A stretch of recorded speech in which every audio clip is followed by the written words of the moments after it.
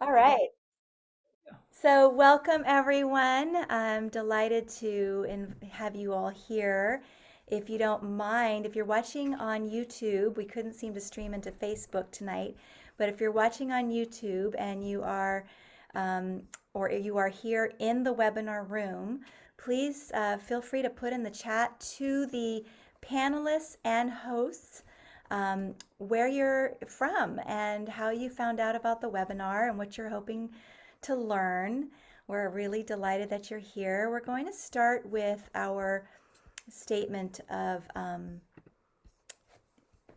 that all land is indigenous land, and we really want to honor the indigenous people for all the crap that they've put up with, and also, the deaths and the pain and the mistreatment and inequality and um, marginalization. It's just really challenging, sad, upsetting, and it's not, it started so many years ago.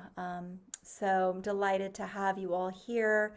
Again, all land is indigenous land. Also, we want all races, genders, cultures, abilities, sexual orientations to know you are valued here, you are heard, accepted, and welcome.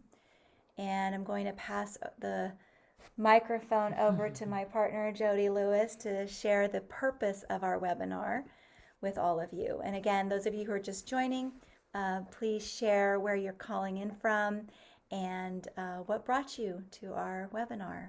Good evening, Jodi? everyone. So happy to be here and welcome. So Misha really created this webinar and asked me to co-facilitate it with her. And the webinar was created to engage in honest and authentic conversations about the long-time injustice of racism in America. During the webinars, we discuss systemic racism in our effort to dismantle white supremacy from the inside out. Our intention with these webinars is to participate in sustainable action and highlight the voices of Black, African American, Indigenous, and people of color community members, giving them a safe space to be heard about their own experiences, challenges, and hopes without the need to educate white people. And as Misha indicated, I am Jodi Lewis. I am an attorney. I work for a nonprofit organization that represents survivors of domestic violence. I have a background in representing survivors of domestic and sexual violence and working in the nonprofit field. And what really made me want to do this with Misha is that I recognize that I have a lot of white privilege in my life and that I have lived in a white bubble for way too long of time.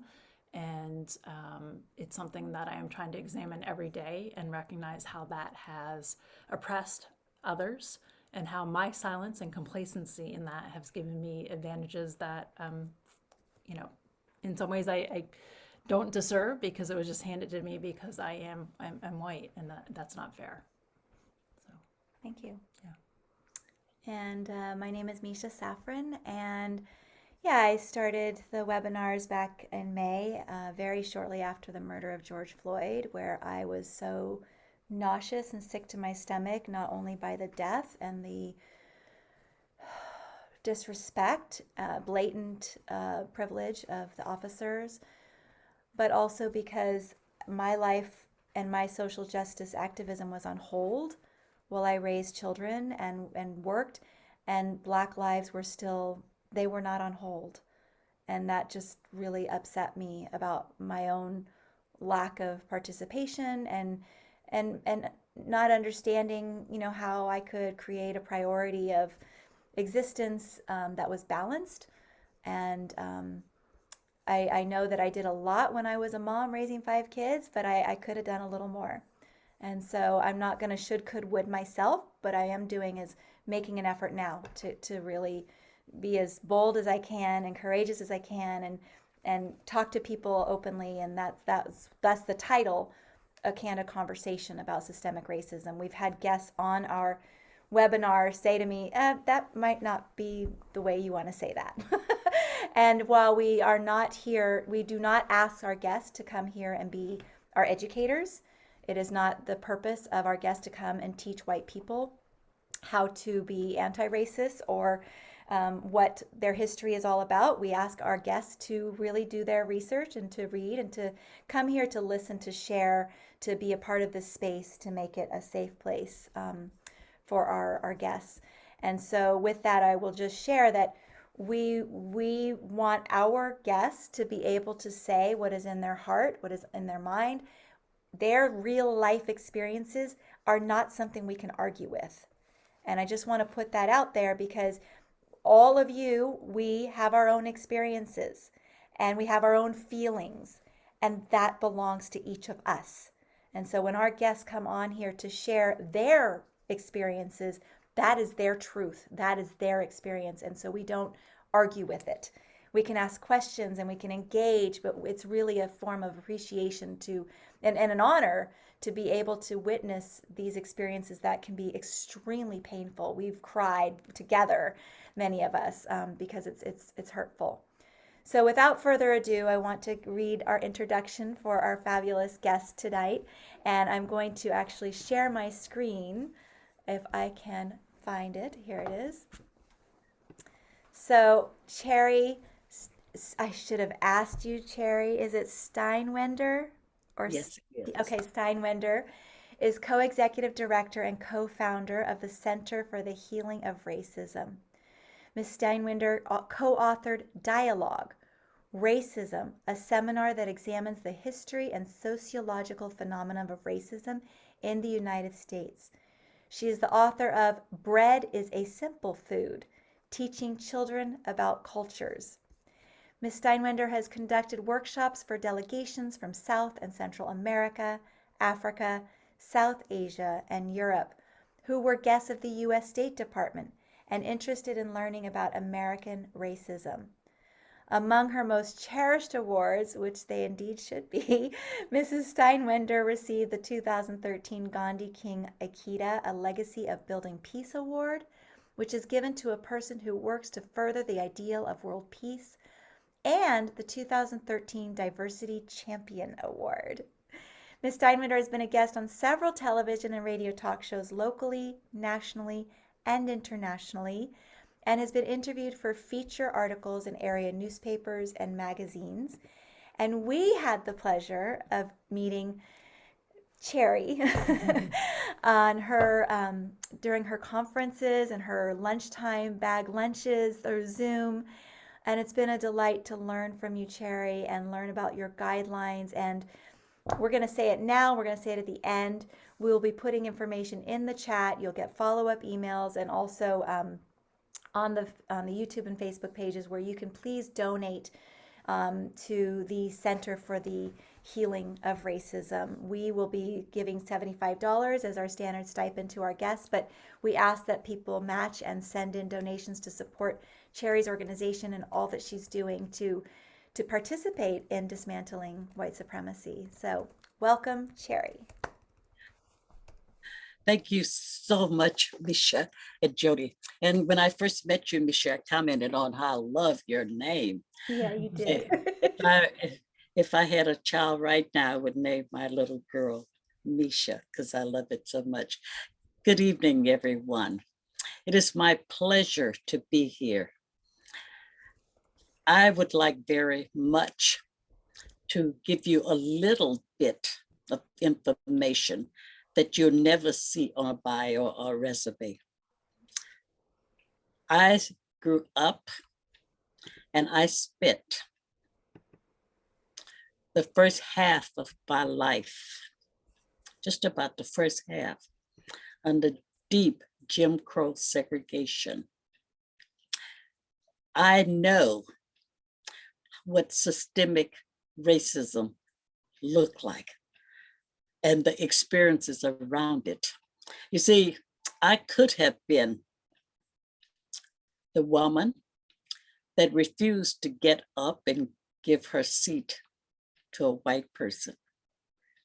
You see, I rode the bus and I sat in the back of the bus. And what was so interesting that you may or may not know, in the ceiling of the bus, there was a little sign. And anytime they needed extra space for as more white people got on the bus, they would move the sign. And when the sign was moved, then you have to go further and further to the back. So it wasn't just so many seats assigned to white people. At any given time, they could make more seats available. So I know what that's like. I lived at a time that when you go shopping, we couldn't even try on the clothes. Many of you may not even know this, but there was a time that laundries, cleaners that you dry clean your clothes for you, the paper bags were brown. I mean, the bag that covered your clothes wasn't clear plastic, it was brown paper bag. And my mother would have to draw the silhouette of our feet on these brown bags and cut them out to take them to the store with her. Because once she purchased it, you could never bring that garment back. I grew up a time and I experienced going to schools called colored schools. My baby was born in Houston, Texas, and he was born in a hospital known as the Negro Hospital. I buried my baby at the age of 4 years and 7 months, and my baby was denied burial in a cemetery that was for all white people. So even you can't really commingle and get together when you're dead. So I know what that feels like, to be denied all of these things, to be denied the access in so many places. So I come to you, not somebody that read books and saw movies. I come to you as a person that lived all of this firsthand. I have a book from my 9th grade history book of Louisiana. And to look at that book and how you're not even mentioned in the book, okay? So you're not even part of this history. And I remember I'm in the 9th grade when I got this book. But also remember a time that all of the books that we learned to read in, they were secondhand. These books were first given to, brand new, to white schools. And after so many years, the books was passed down to the colored schools.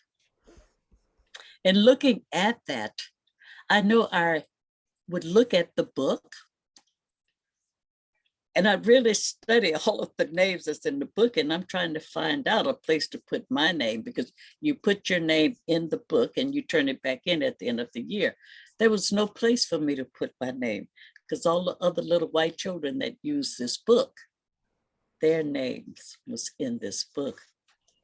I remember what it felt like in the 9th grade to get the first book, brand new book.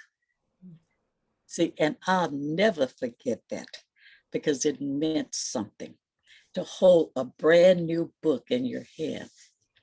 So when I am speaking about this, I am coming, as I said before, with firsthand information. The Center for Healing of Racism is 32 and a half years old. Yes. And I am very proud and happy to say I am one of the founding members of the Center for Healing Racism. But I want to confess, I really have a confession for your audience. It was a white woman. In fact, she just left my house today. Her son came in from Portland, Oregon, and I fixed lunch for them and for her little granddaughter. And my friend Jackie is very white and very blonde. And she was the one in 1968 that approached me and said, Cherry, we really need to do something about racism. And I looked at her and said, I don't want to do nothing about no racism. And I said, been there, done that. But you see, she wouldn't let it rest. She harassed me until I said, yes, I'll do something about racism. And here she was in my house just a little while ago, and we're still doing something about racism. But what are we going to do about racism? The first and foremost is that you have to get to know yourself. You have to take that journey inward. When I took that journey inward just about my neighborhood, when I was trying to understand internalized racism, what people of color do all the time to each other based on the lies that we have been told about who we are, the misinformation in the educational arena about our contributions to this country.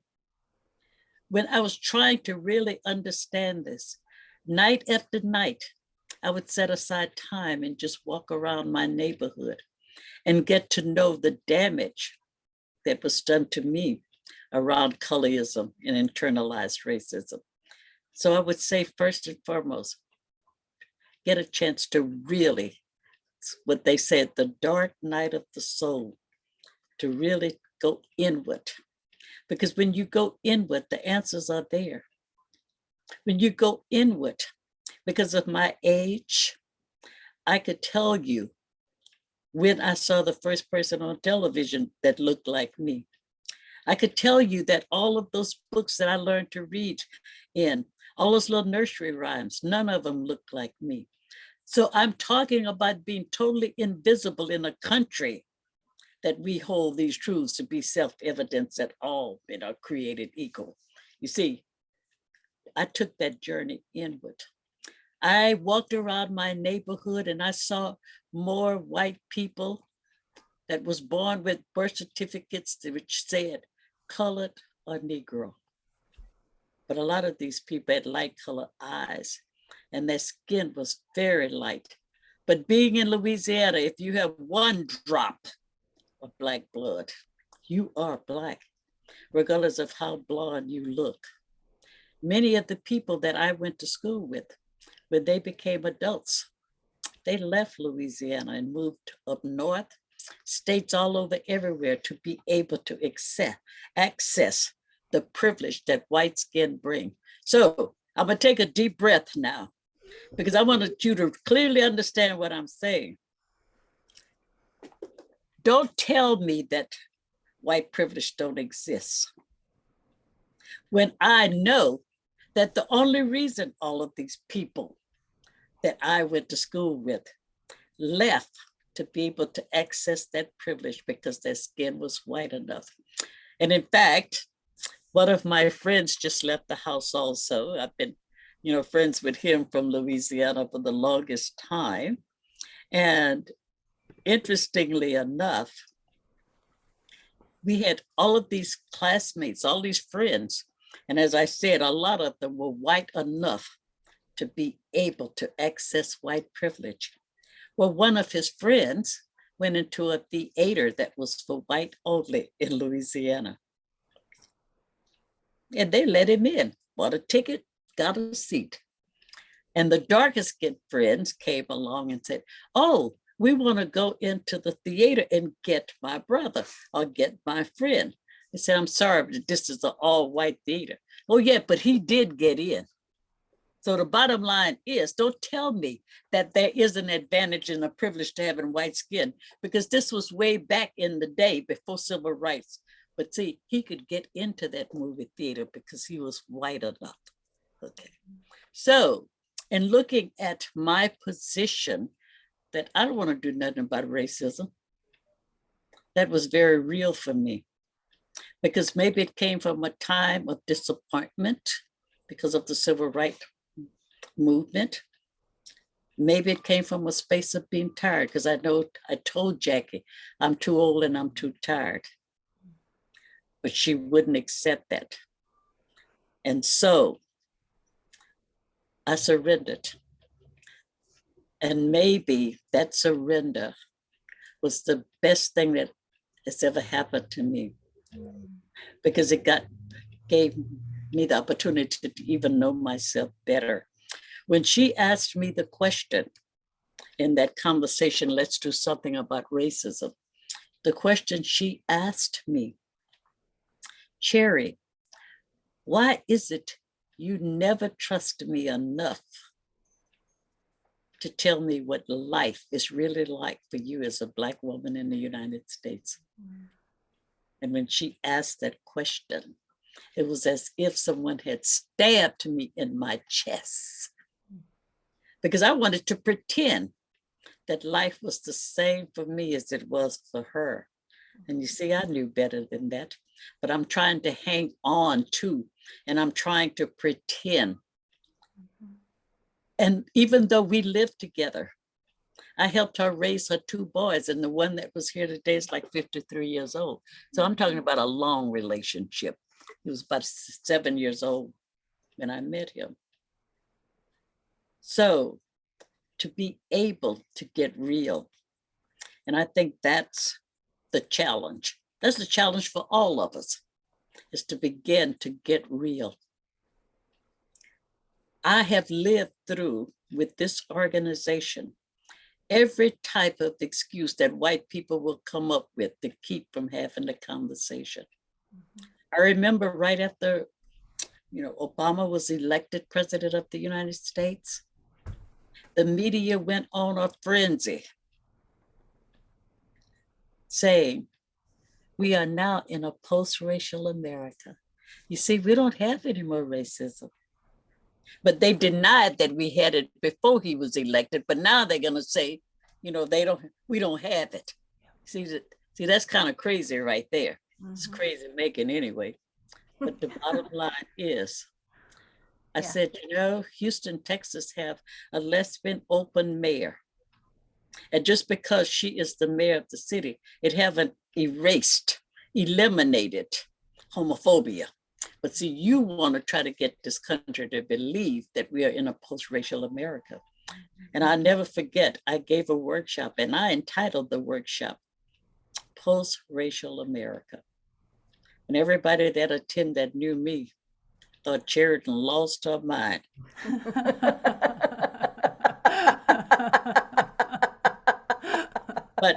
But I knew what I was doing. It got them there, didn't it? You did, I'm sure. Yeah, it got them there. And I wanted them to examine this whole structure, this whole systemic that's in everything that we have. And the other day I was on a workshop and I heard a new phrase, and it's called, it's not structure, it's not systemic. I wrote it down, and maybe I'll get back to it and just, here it is right now. Strategic racism. Now, I'd never heard those two words before, but I just heard it the other day on your workshop. I think it was with Michael Ayers. We talked about it. Yeah. So that is really real. If you really stop and think about it, how real that really is, but we don't look at it from that way. Through working and with all of the people that have come to the United States from all of those countries, to be able to have a group of school teachers come here from one of the countries in Europe, from Belgium, and they came to me because they wanted to learn how to teach about the Holocaust. And you know why I could teach about the Holocaust? Because number one, it's a story that continuously needs to be told. Number two, there are still too many people that deny that we went to the moon, let alone the Holocaust. And so to be able to help teach them how to teach about the Holocaust when they return to their home, because I understand it. So you may call it anti-Semitism, but it's racism because you use the same formula for both. And what is the formula? Power plus prejudice equals racism. Power. The Nazis had the power. And because of their prejudice against Jewish people, as to why they were able to institute a system, and let me say a system, because see, I'm not talking about just individual acts of meanness, individual acts where you call me a bad name, or maybe you spit on me and you spit on me, really, literally, because I know this has happened. So the bottom line is prejudice plus power. Who have the power to put into existence all of these laws that will keep other people from having access to? I understand very clearly from the history of the Holocaust, it was over 400 laws put into place. Now, I wonder what 400 laws look like. I tried Googling it and I couldn't get the whole 400. I guess it took up too much space, but 400 plus laws. And so I look at that and I look at what people of color, starting with the indigenous people of this region, whose land we occupy. Prejudice plus power. And then who had the power to go over to Africa and kidnap a whole group of people and brought them here. But you see, that word that I used just a little while ago is really important in talking about these things. The other thing, so what did we do? This group of people, there was about 10 of us, third generation Japanese American, Puerto Rican American, African American, and European American. This is who started this organization. And we did not start to form an organization. We just wanted to have the conversations with ourselves and to be totally real, to be totally transparent, to be able to hit that part that a lot of us don't want to go to, where it really hits the raw emotions within. And in that time, to be able to cry, to be able to rage, because what we walked away with, we've all been hurt by racism. It really doesn't matter how white your skin is or shades of brown. We've all been damaged. And since that's our foundation, we've all been hurt.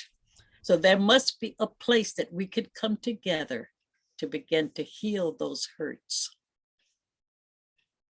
And how do we heal those hurts? We heal these hurts together. We heal these hurts together. And so we had no intention of forming a nonprofit organization. We were just doing something because somebody had to do it. The thing kept growing and it kept getting bigger as people learned. And we would go out and talk to other people about what we are doing. And the first thing you know, they want to do it too. We had to form a nonprofit organization. We didn't have a choice to keep up with the demand. And it's as if the center was out in front and we were trying to keep up with it. It took on a life of its own.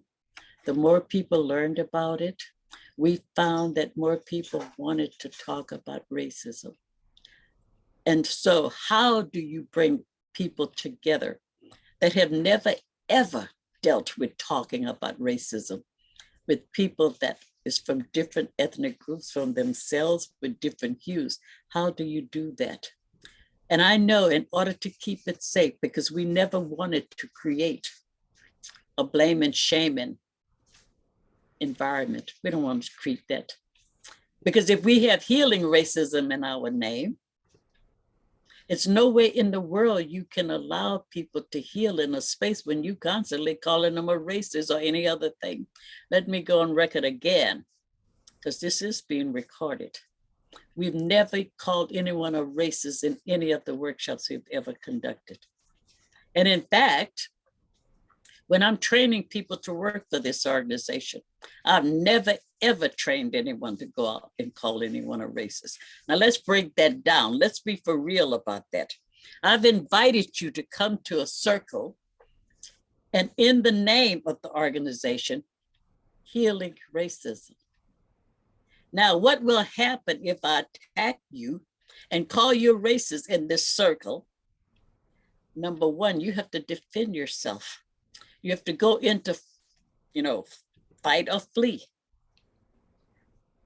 All of a sudden, you may decide just to shut down because I have called you a name. And to be honest, I heard one of the professors at a workshop I attended in person before COVID. She said, for a white person to be called a racist is a fear second to death. Now that's very interesting to me because it used to be public speaking was the fear second to death. To be for a white person to be called a racist is a fear. That's why many white people will never ever enter this arena for that fear. So the way that we have framed it, but we have to talk about this. So I'm not going to talk about it calling anybody a racist. I'm going to invite you into a space where we could look at our racial conditioning.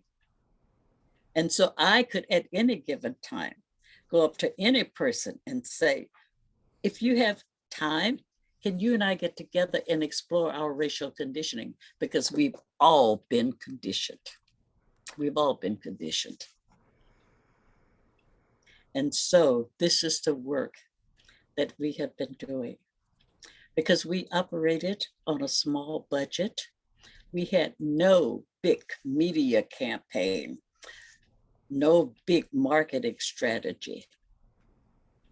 We depended on word of mouth, and we have reached thousands of people because of word of mouth. But something happened. George Floyd was murdered right in front of our eyes, in our living rooms, in our bedrooms, in many of the places that we occupied. And once you see it, you can't pretend that you didn't see it. You saw it. And that act, that life that was surrendered, that life that was given up, the last breaths breathed, set into motion worldwide. There were countries that didn't even speak English that was carrying signs saying Black Lives Matter and say his name, George Floyd. Not only did it hit across the world, it took the center for healing racism to another level entirely. It happened so fast. It caught us so off guard at a time when everything shut down. I haven't been working in my office since March of last year. But all of this work, how do we keep going?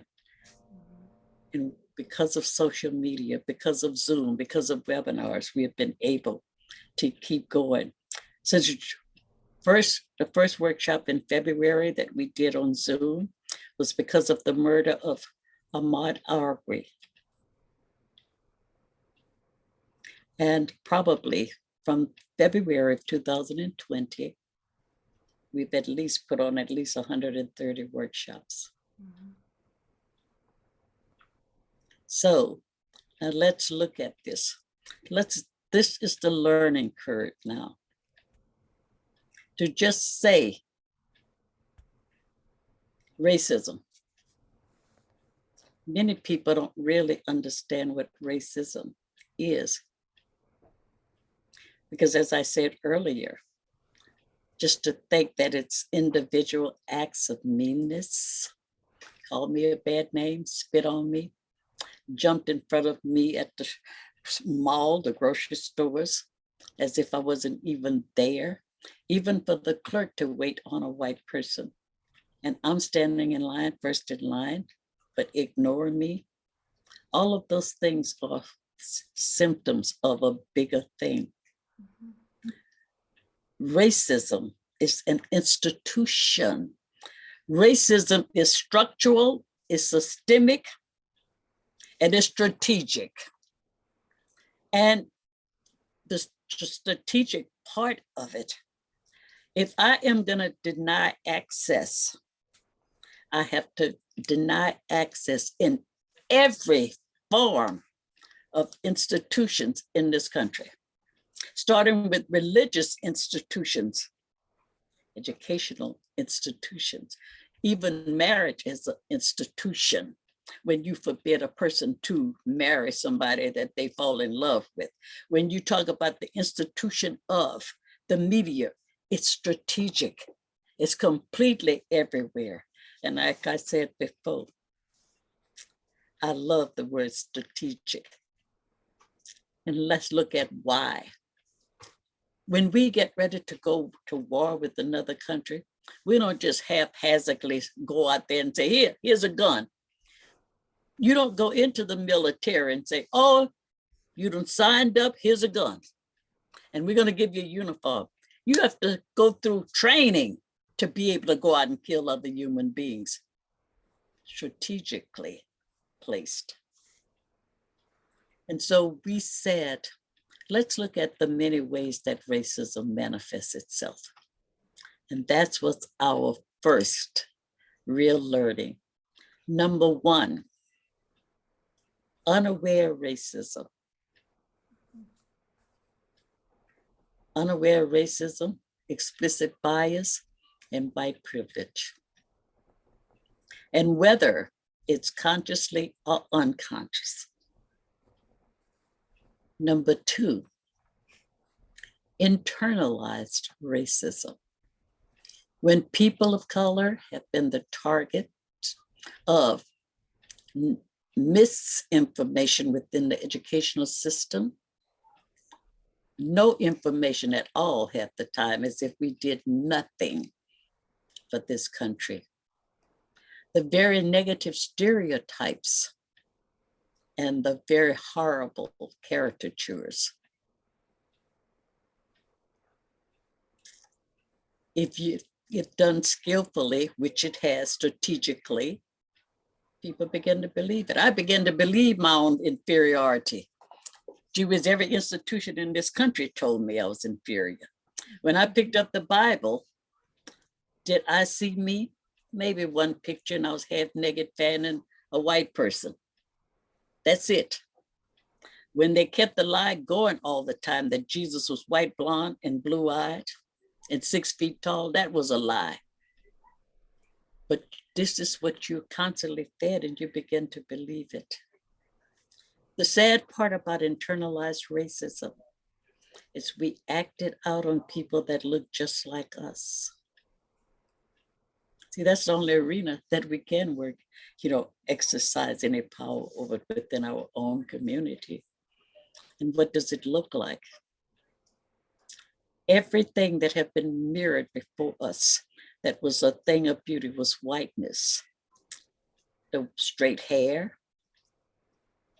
In fact, I'm wearing somebody else's hair now. No, that's not somebody else's hair. I bought and paid for this. But the bottom line is I have been fed this of what beauty is. And we left from there and went to cultural racism, where the cultural expression informs, regardless of what the cultural expression is, through dance, through music, language. And of course, when a culture is under attack, under siege, the first thing to go is the language. And so all of the cultural expressions, clothes, even the way you wear makeup, everything is that in favor of that image from Europe. Then we look at stereotypes. Stereotypes are oversimplified, way of looking at another human being.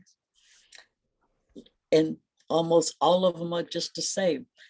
That's one of the reasons, say, gee whiz, that I hate that. Cherry, tell me what Black people think. Hell, I don't know what all Black people think because I don't know all Black people.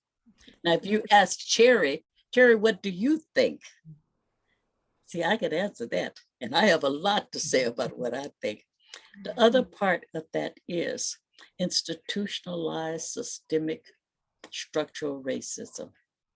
And let's not leave out environmental racism. That's what the people in Standing Rock was fighting, running a pipeline through their land, which could probably at any time corrode, and what? Destroying their water.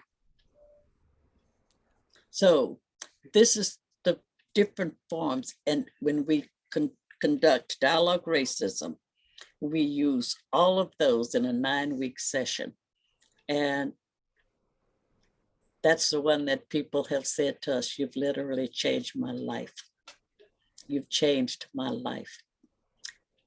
When I went down to City Hall to protest the murder of George Floyd, along with 60,000 other people, I saw a white woman carrying a sign, and the sign said, "White silence is violence."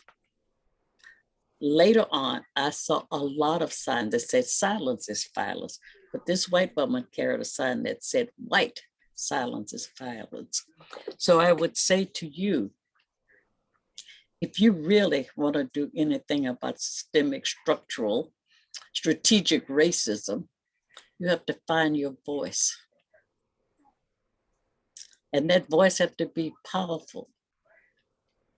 And one of the things that I've said in many workshops in the beginning, I'm not an angry Black woman. I'm a powerful Black woman. Yes, you are. And that is a difference. I will also say to you that to be able to have these conversations when you're not good at it, you should have some type of guidelines that will keep the conversation from shutting down, pissing people off. But I don't mind pissing people off. I really feel that people that have been fed a lot of fluff all of their lives, fluff in, fluff out. I feel if I piss you off enough, maybe you will move into the arena of action where I want you. Because you see, a steady diet of fluff isn't going to do anything but keep you comfortable. So I don't mind pissing you off. And so the guidelines that we created, I would like to share with you. Please do. Yeah, I think, and just to let the people who are watching on Facebook and YouTube and here in the webinar, every single workshop I've attended, Cherry starts with these guidelines. And they're extremely meaningful and certainly set up a very safe container. So. Same as I did something wrong. No, it's because here. We see it. Well, I can't see them. Oh, Okay. that's not good. Okay. Would you Okay, like us to now I read can them? see them. Oh, you No, can. Okay. Okay. And when I said our whole approach to this was no shame and blame. And even to start off with the first guideline. And I tell you what, why don't we take turns reading one, pause if I have to share anything at all. So, Misha, would you take the first one? I'd be happy to. We have come together to try to learn about the dis-ease of racism and promote a healing process. So you see right there, when that guideline is read, that automatically should say, we're not here to single you out, to make you uncomfortable, to make you feel bad, and whatever. The reason that we say the disease of racism, we see racism as a disease of ignorance. Getting sick with the disease wasn't your fault. But getting well surely is your responsibility. Next. Sharing is voluntary. There is a fear to attend a workshop. And for the first 30 years, all of the workshops were in public, in a circle until COVID happened. So a lot of times, white people will never enter a dialogue for so fear. Somebody's going to call them out, try to make them talk. Well, gee whiz, Jodi, what you think about racism? No, we don't do that. We feel that when people feel safe enough and comfortable enough, they will tell you more than you even want to know. So that's the reason we never, ever just try to point to somebody and make them talk. Next one. You want me to read or you want to read one, Cherry? No, you could read it, Misha, if you don't mind. No, I don't mind. We want to create a safe, loving, and respectful atmosphere. Thank you. Sharing is about one's own feelings, experience, perceptions, etc. So if you are in the business of healing from this disease of ignorance, you have to look at your own stuff. We will not allow you to talk about other people's stuff. Other people talk about their stuff because you're in the business of healing. Next. We are not always going to agree or see everything the same way, and that's okay.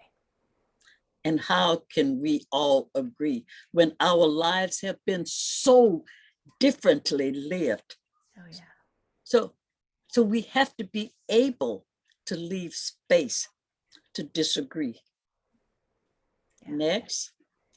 Each person has a right to and responsibility for their own feelings, thoughts, and beliefs.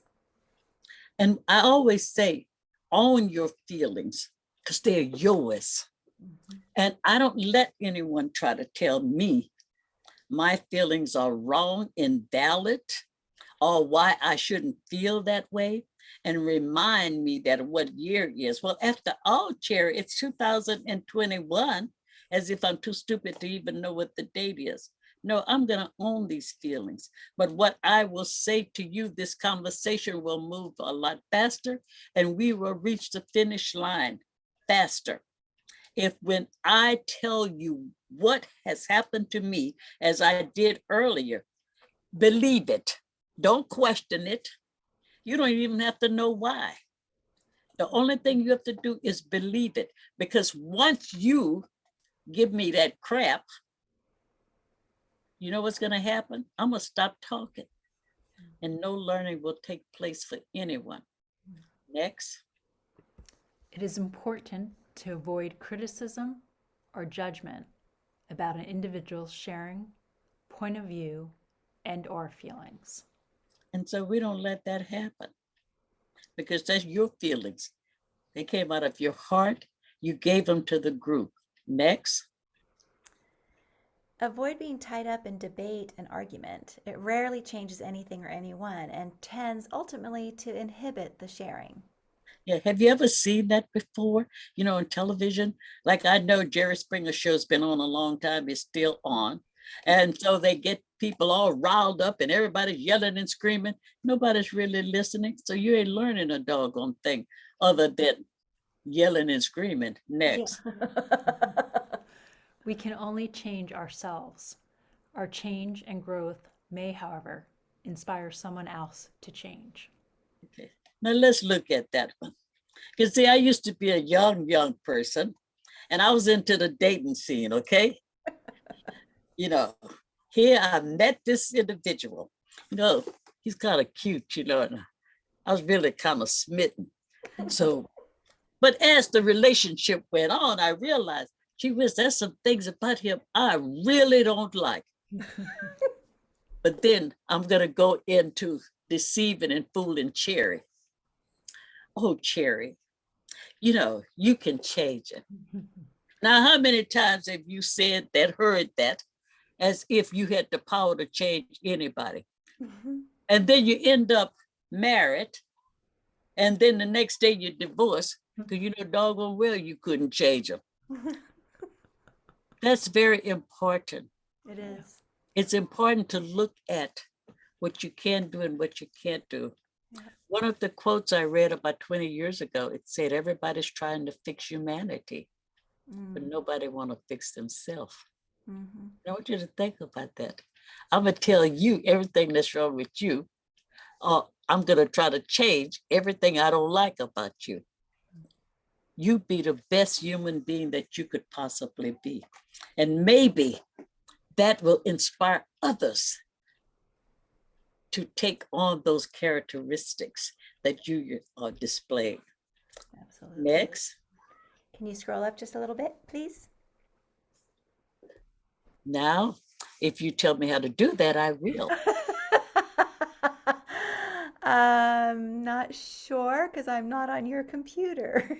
Well, I'm gonna. You know what you could probably do is shrink the size of the document, and then down at the lower hand corner, you see where okay, it says, lower hand corner, right. On the right hand. That was my next thing. Now, see, I was getting there. There you go. Woo! Whoa. Okay, perfect. Oh, right there. Okay. Okay, we're good. Okay. So, refrain from singling out any individual as representing his or her group or issue. And I sort of mentioned that one earlier. So I'm going to go to the next one. Okay, go ahead. Feelings are important. It is important to give full attention to whoever is talking. That's why I don't do chats when I'm talking. I'll answer the question, but I'm not going to go read all those chats because I want to give my full attention to you as I look you in your face. Next. We will surely make mistakes in our efforts, but mistakes are occasions for learning and forgiving. We may laugh and cry together, share pain, joy, fear, or anger. And I have seen all of those emotions over the 32 and a half years. And giving people, it's almost like people have to be given permission to really explore with another human being what's in their heart. But let's look at the mistake part. None of us came into this world perfect. One of the Native Americans by the name of Phil Lang, he said, the mistakes that we learn is just as sacred sometimes because they too teach us about life, and life is sacred. And sometimes the mistakes will teach you more than the things that you get right. And so he said, making mistakes is human. When I'm training people to work for the center, especially people of European descent, I will say to them, when we are working together, you can make all the mistakes you want to, and don't worry, I'm gonna clean them up, because I know in making those mistakes, they're gonna learn from that, because I will go back to them and let them know what mistake they made. So what happens all too often to a lot of white people, the fear of making a mistake keeps them in silence. And what did I say? Say, I don't want you in silence. I want you out there and I want you talking, because I recognize silence as violence. Next. Hopefully, we will leave these sessions with a deeper understanding and a renewed hope for the future of humanity. Now, I am peddling hope. I'm peddling a future where all of humanity is connected. That's what this organization is about. But the last two guidelines are not written. Refrain from going up to anyone afterwards, asking gee whiz, without asking permission if you wanted to talk about something they shared in the circle. You don't automatically assume just because I said all of that stuff that I want to revisit it again with you in the next hour. If you ask my permission and it's given, but if I say no, no is a complete sentence. You walk away. And the last guideline is the Las Vegas rule. What you hear in the circle stays in the circle. What's on the screen is well, but we're not going to read that. I'm just going to tell you 5 points. Number 1, the greatest gift that you could give to another human being is to be totally present in your listening. The second one is to listen with attentive delight. Listen as if you really want to know and you respect that gift that's been given to you. If you are sitting there, or if you are, your face is all scrunched up like a prune, you're sending signals to the person that what they're saying is like bullets or darts hitting your body. It will cause the dialogue to shut down. What you have to learn also is to listen to the silence. Because when people hit a certain spot And that pain becomes so real, they cannot project. And I've actually, in leading workshops, I hit that wall again. And my voice becomes so tiny, you can hardly hear me. But whenever a person hit that wall, the worst thing that you could do is ask them, speak up, I can't hear you. To say, like the Native American addressing a conference, he said, no, you listen harder. I'm not going to speak up, you listen harder. And finally, to be able to take this gift and hold this gift with great pride that someone gave it to you. Last but not least, I am watching the clock, which I always do when I'm doing these Zoom chats. What I want you to know about me also is that I'm not out here running my mouth, talking the talk. I walk the walk. And when I said at those guidelines for the future of humanity, and I want all human beings to live together harmoniously, you don't have to agree with everything that I say, but let's stay in unity together. And as long as we stay unified, we can walk through the minefields, but let's walk together. Within my life, for 41 years, I've been sleeping with the enemy. My husband is white, blonde, and blue-eyed. My husband is not an American. My husband is Austrian.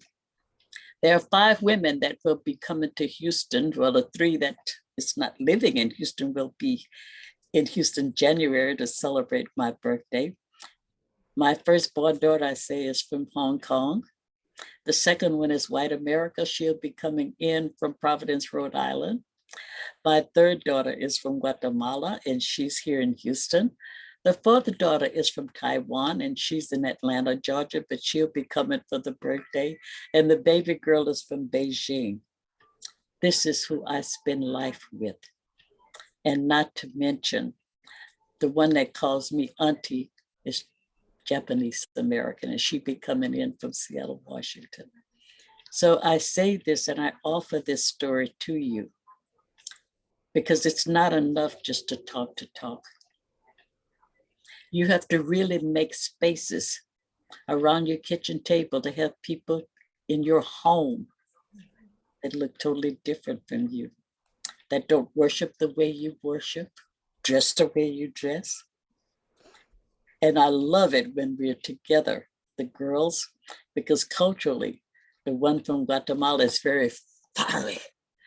And the one from Beijing, she's very soft.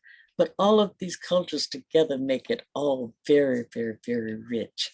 And with that said, if you have any comments at this time, we have 3 more minutes. Well, first of all, I have some comments, and I'm sure Jodi does as well, but I'd love to just invite anybody in the audience to comments or pour love into Cherry and honor her presence here. If anybody has any questions or just thoughts they want to share, we'd be happy to hear from you, the attendees. And while we wait for you to post that into the chat or in the Facebook, Cherry, when you first put those guidelines up at the very first workshop I attended, I was so moved and so relieved because a majority of them is what we practice. And I had never even met you before. And I felt so proud, that we share that we're in alignment because I love what you do. I love every time I've come to a workshop, I've loved it. It feels really close to my heart.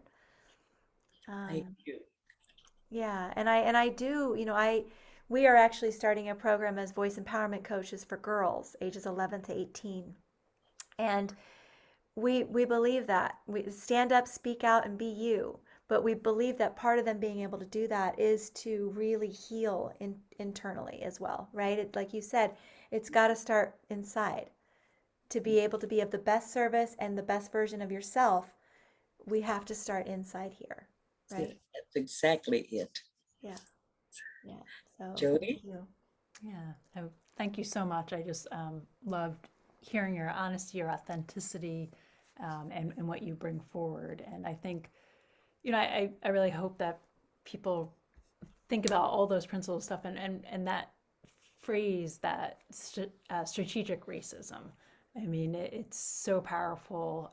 I'm doing a lot of reading and podcasts, and it's just so true regarding how not only this country, other countries, but focusing on this country, how strategic it has been. Even if you look at housing and the redlining that happened and the administrations, and if you look at how with housing, how it was even talked about, like, blacks can't be in certain neighborhoods because it's going to devalue the neighborhood, and it was so strategic regarding every sector, from private citizens to local governments to state governments to the federal governments, and what that means on that. And at the same time, Jerry, you, like all the guests we've had, also really talk about hope for humanity, hope for people seeing differences and connecting, and because of that then being able to move forward. And I really just appreciate everything you brought to us today and shared with everyone,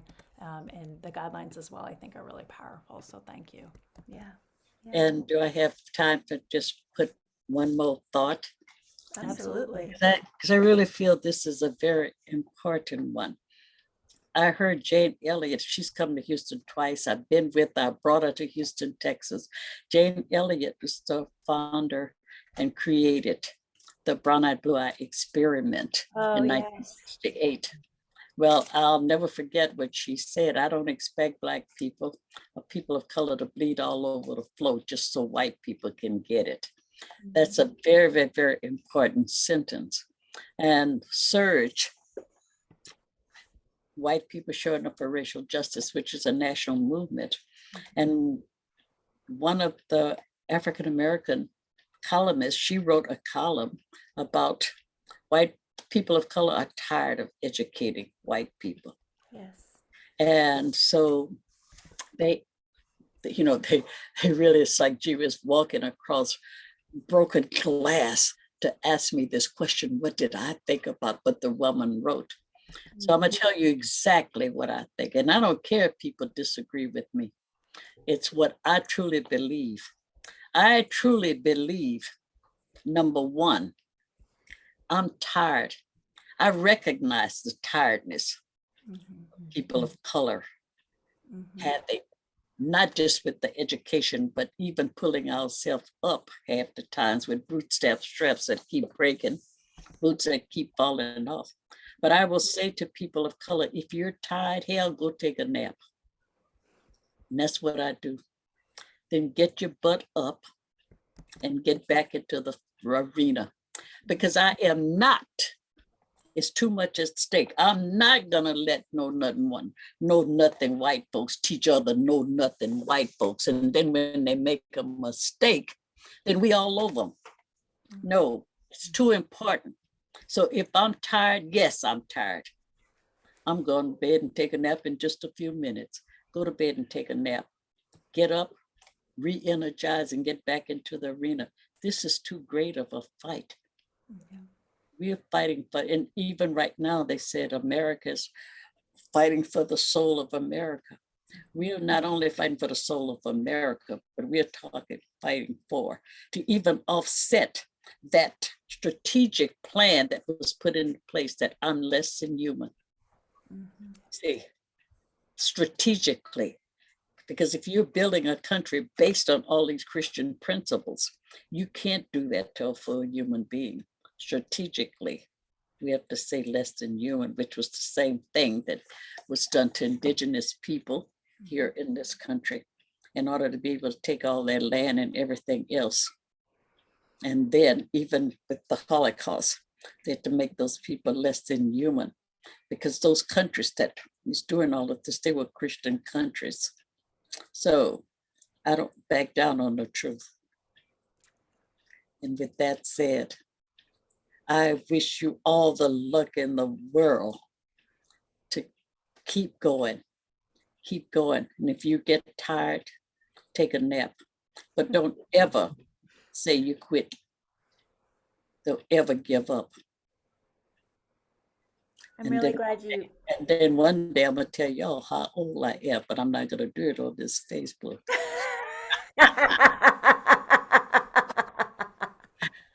You're so funny. I was going to just say one thing. So we did have a woman who came on as a guest, and before we were getting ready, I was going through a rough time, and she and I were talking, and I was kind of breaking down, and she said, you know what? You can't be an ally if you don't take care of yourself. And that was really hard for me to hear because I thought I was supposed to do blood, sweat, and tears because of all the things that people of color have been through. And she said, no, we need you. We need you healthy. We need you strong. We need your voice. So go take care of yourself. Uh, And when you're ready, you come back. It's like, that was really hard. It was really hard to hear that, but it was true. I was Thank able to you. come back tenfold, Yeah, and be the thank power you. that we need, right? Thank you. Yeah. Thank you. Yeah. So I want to just make sure everybody, reminder, you can go to the links. I put a lot of links in the chat for you, but also those of you who are signed up for the webinar, you will actually be able to get it in a follow-up email. But we have a ton of resources. We have scaffolding resources. We have podcasts, and we have documentaries and donation charities and ways to volunteer, resources for being learned allies. There are workbooks, there are questions, there are articles, there are lots of movies. Keep yourself educated. The one thing that Jodi and I really like to reinforce, and one of the reasons why we do this monthly webinar, is because our actions need to be sustainable.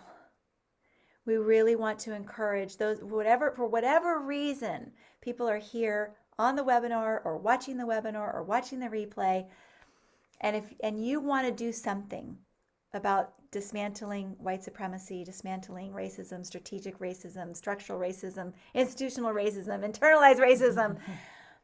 Make it sustainable so that you don't quit. And I think that follows in line with what Cherry was just saying. Take care of yourselves, get educated. Don't just do hearsay. Go to the source, find out the information. Don't stay ignorant. You know, admit what you are willing to admit and keep going. Yeah. And be willing to look inside it. It's not easy, and it's a person. All of us have to take this personal journey in order to make change, and you have to be committed to doing it, even though it's difficult. So thank you, Cherry, so you so much much. for being our guest this evening. We really appreciate it. Thank you. It was a delight to see you. We're going to stop the live stream, and then we're going to stop the recording. Hopefully people will leave comments and we'll get some love to you. And with that,